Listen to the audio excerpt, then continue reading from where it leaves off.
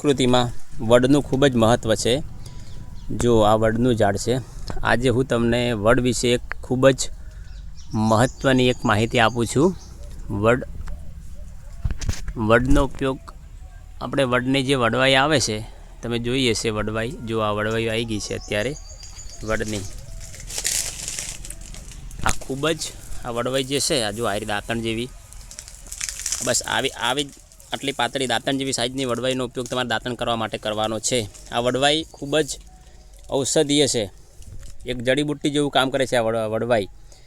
તમારા દાંત સડી ગયા હોય અને દાંતમાં ખૂબ દુખાવો થતો હોય પેઢામાં, ત્યારે તમે વડવાઈનું દાંતણ કરો તો તમારા દાંતમાં 100% નિવારણ મળશે અને અંદર જે કીડા પડી ગયા હશે એ 100% મરી જશે।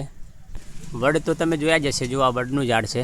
વડ એટલે ખૂબ જ ઔષધીય વૃક્ષ છે। આ 100% ઓક્સિજન પણ આપે છે, દિવસ રાત ઓક્સિજન આપતું ઝાડ છે આ।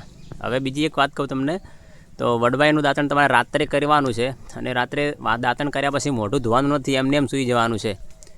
જો કોઈને દાઢ એકદમ સડી ગઈ હશે ને તો પણ રિકવર થઈ જશે। આ મારો જાત અનુભવ છે વડવાઈના દાંતણનો।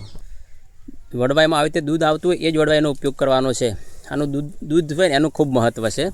એટલે તમારે જો આવી રીતે વડવાઈનું દાંતણ કરવાનું છે અને તમારા દાંતમાં સમસ્યા હોય તો આનું તમારે આવી રીતે દાંતણ કરવાથી 2-3 મહિનામાં જ તમારી દાઢ રિકવર થઈ જશે।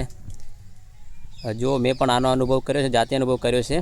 દાઢ મારે પણ એક ખરાબ થઈ હતી, એટલે હવે અત્યારે ખૂબ જ રિકવર થઈ ગઈ છે અને તમારે ડૉક્ટર પાસે જવાની જરૂર નહીં પડે।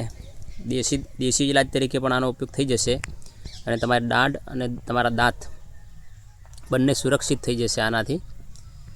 આવા જ વિડીયો જોવા માટે મારી ચેનલને સબસ્ક્રાઈબ કરો, મારા વિડીયોને લાઈક કરો, શેર કરો। જય હિન્દ, જય ભારત।